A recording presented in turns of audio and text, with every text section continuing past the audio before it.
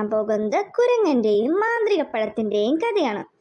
ഒരു ദിവസം ഒരു സന്യാസി കാട്ടിലൂടെ അതിയായ ക്ഷീണം കാരണം വിശ്രമിക്കാൻ ഒരു ഇടവും അന്വേഷിച്ച് നടക്കുകയായിരുന്നു.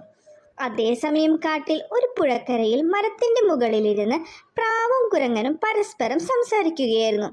പ്രാവും കുരങ്ങനുമാണെങ്കിൽ ഉറ്റ ചങ്ങാതിമാരായിരുന്നു. അതേസമയം പ്രാവ്, ഹോ കുരങ്ങ, വിശന്നിട്ട് വയ്യ, നമുക്ക് ഭക്ഷണം തേടി പോയാലോ? നീ ഇവിടെ ഇരിക്കി, ഞാൻ പോയി ഒന്ന് നോക്കട്ടെ എന്നും പറഞ്ഞ് പ്രാവ് പറന്നു പോയി.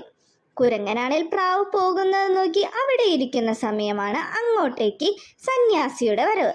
സന്യാസി വന്ന് ആ നദിക്കര കണ്ടതും, നല്ല വിശ്രമിക്കാൻ പറ്റിയ സ്ഥലം, ഇതെന്തായാലും ഇവിടെ ഇരുന്ന് വിശ്രമിക്കാം എന്നും പറഞ്ഞ് സന്യാസി അവിടെ ഇരുന്ന് വിശ്രമിക്കാൻ തുടങ്ങി.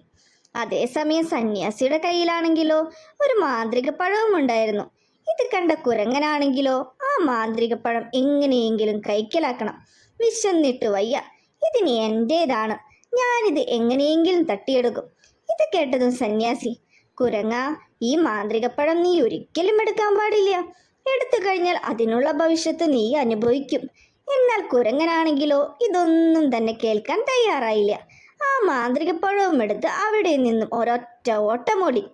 ഹോ, ഇനി ആ മാന്ത്രികപ്പഴം കഴിക്കാം എന്നും പറഞ്ഞ് അത് കഴിച്ചതും കുരങ്ങനാണെങ്കിലോ വലിയൊരു പന്തായി മാറി.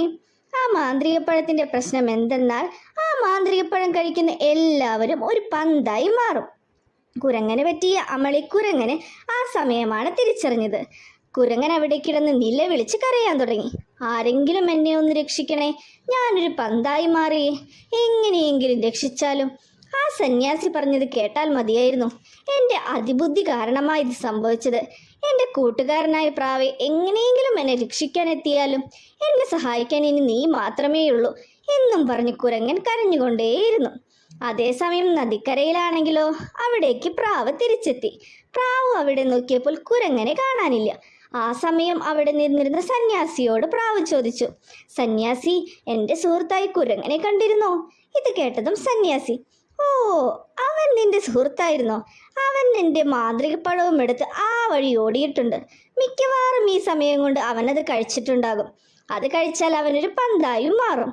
ഇത് കേട്ടതും പ്രാവ് ആകെ ഭയപ്പെട്ടുകൊണ്ട് പറഞ്ഞു, എൻ്റെ സുഹൃത്ത് അപകടത്തിലാണല്ലോ, എങ്ങനെയെങ്കിലും അവനെ കണ്ടെത്തി രക്ഷിക്കണം എന്നും പറഞ്ഞുകൊണ്ട് അവിടെ നിന്നും പറന്നു പോയി.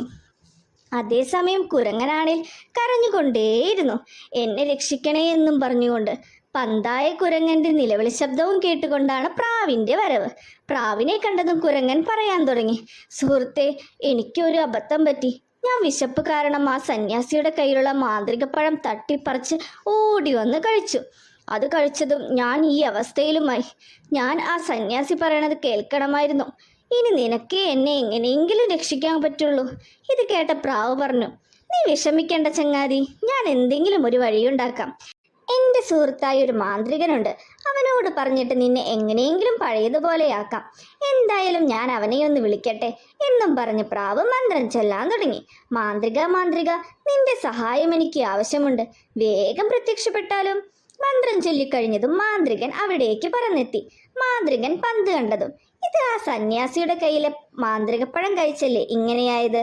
നീ വിഷമിക്കണ്ട, പഴയ പോലെ ആക്കാനുള്ള മന്ത്രം എൻ്റെ കയ്യിലുണ്ട്, നീ ഭയപ്പെടേണ്ട എന്നും പറഞ്ഞ് മാന്ത്രികൻ മന്ത്രം ചൊല്ലാൻ തുടങ്ങി.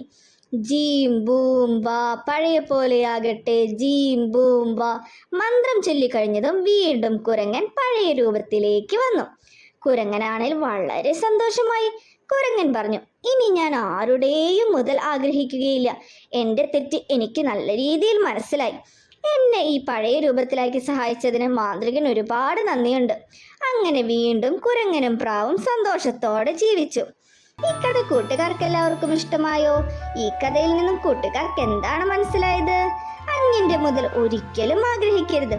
ഈ കഥ കൂട്ടുകാർക്ക് എല്ലാവർക്കും ഇഷ്ടമായെങ്കിൽ തീർച്ചയായും ലൈക്ക് ചെയ്യുക, ഷെയർ ചെയ്യുക, സബ്സ്ക്രൈബ് ചെയ്യുക.